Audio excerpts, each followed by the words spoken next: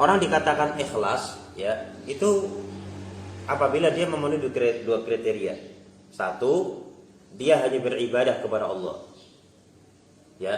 Yang kedua, saat dia beribadah kepada Allah, ya, dia tidak memiliki tendensi lain.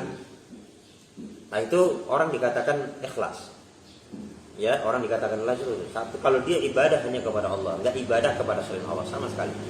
Yang kedua, apabila dia dalam beribadah kepada Allah tidak ada tendensi lain seperti pengen dipuji, ya, pengen dapat manfaat duniawi, itu namanya ikhlas. Ya, bukan ikhlas secara orang Indonesia, ikhlas secara orang Indonesia kan terima.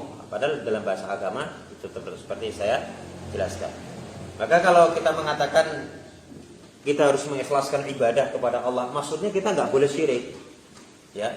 Nggak boleh kita beribadah kepada selain Allah, dan juga nggak boleh ibadah kepada Allah kemudian niatannya agar supaya dapat ini. Itu ada tendensi lain, walaupun hukumnya beda, ya, hukumnya beda. Kalau misalkan ikhlas dalam artian dia tidak beribadah hanya kepada Allah saja, dia tidak beribadah kepada selain Allah, hanya ibadah kepada Allah saja, ya, lawannya adalah musyrik.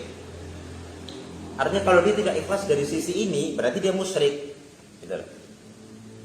Gitu ya, karena ikhlas dari sisi ini artinya apa? Artinya dia hanya ibadah kepada Allah, tidak ibadah kepada selain Allah. Kalau dikatakan dia tidak ikhlas, berarti dia apa? Musyrik. Karena kalau dia tidak ikhlas, berarti dia juga ibadah kepada selain Allah.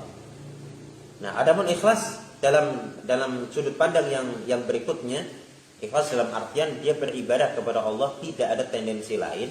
Seandainya ada tendensi lain, dia tidak dikatakan musyrik. Ya, dia tidak dikatakan musyrik, ya. Tapi ibadah yang dia lakukan yang ada tendensi lain tersebut itu hukumnya batal. Ya, hukumnya apa? Batal. Tapi pelakunya tidak dikatakan musyrik. Kecuali apabila di dalam beribadah selalu ada tendensi pengen dipuji, ya.